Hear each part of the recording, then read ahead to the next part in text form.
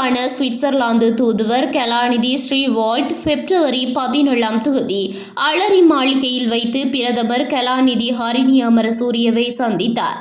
இலங்கைக்கான சுவிட்சர்லாந்து தூதுவர் கலாநிதி ஸ்ரீவால்ட் அவர்கள் வரவேற்ற பிரதமர் உலக பொருளாதார மன்றத்தின் வருடாந்த கூட்டத்தில் கலந்து கொள்வதற்காக தாம் டாவோஸ் நகருக்கு மேற்கொண்ட உத்தியோகபூர்வ விஜயத்தின் அனுபவங்களை பகிர்ந்து கொண்டார். அத்துடன் உலக பொருளாதார மன்றத்திற்கு இணைவாக இடம்பெற்ற உயர்மட்ட இருதரப்பு பேச்சுவார்த்தைகள் மற்றும் தொழிற்சாலைகளுக்கான விஜயங்கள் ஆகியவை இலங்கையின் பொருளாதார நடவடிக்கைகளை பலப்படுத்துவதற்கு பெரும் உந்து சக்தியாக அமைந்ததாக தெரிவித்தார்.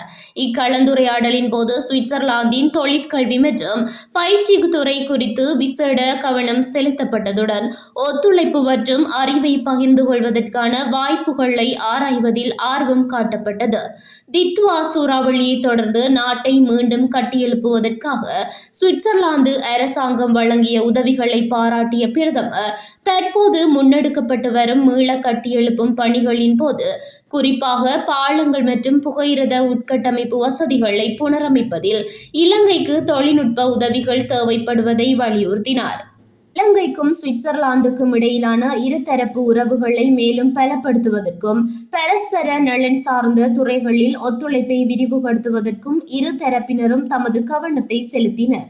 இந்நிகழ்வில் கொழும்பில் உள்ள சுவிட்சர்லாந்து தூதரகத்தின் அரசியல் பிரிவின் முதன்மை செயலாளர், குடியேற்ற பிரிவின் முதன்மை செயலாளர் மற்றும் இலங்கை தரப்பில் பிரதமரின் செயலாளர் பிரதீப் சபுதந்திரி, பிரதமரின் மேலதிக செயலாளர் ஷாகரிகா போகாவத்த மற்றும் வெளிவிவகார அமைச்சு, வெளிநாட்டு வேலைவாய்ப்பு மற்றும் சுற்றுலாத்துறை அமைச்சு ஆகியவற்றின் அதிகாரிகள் ஆகியோரும் கலந்து கொண்டனர்.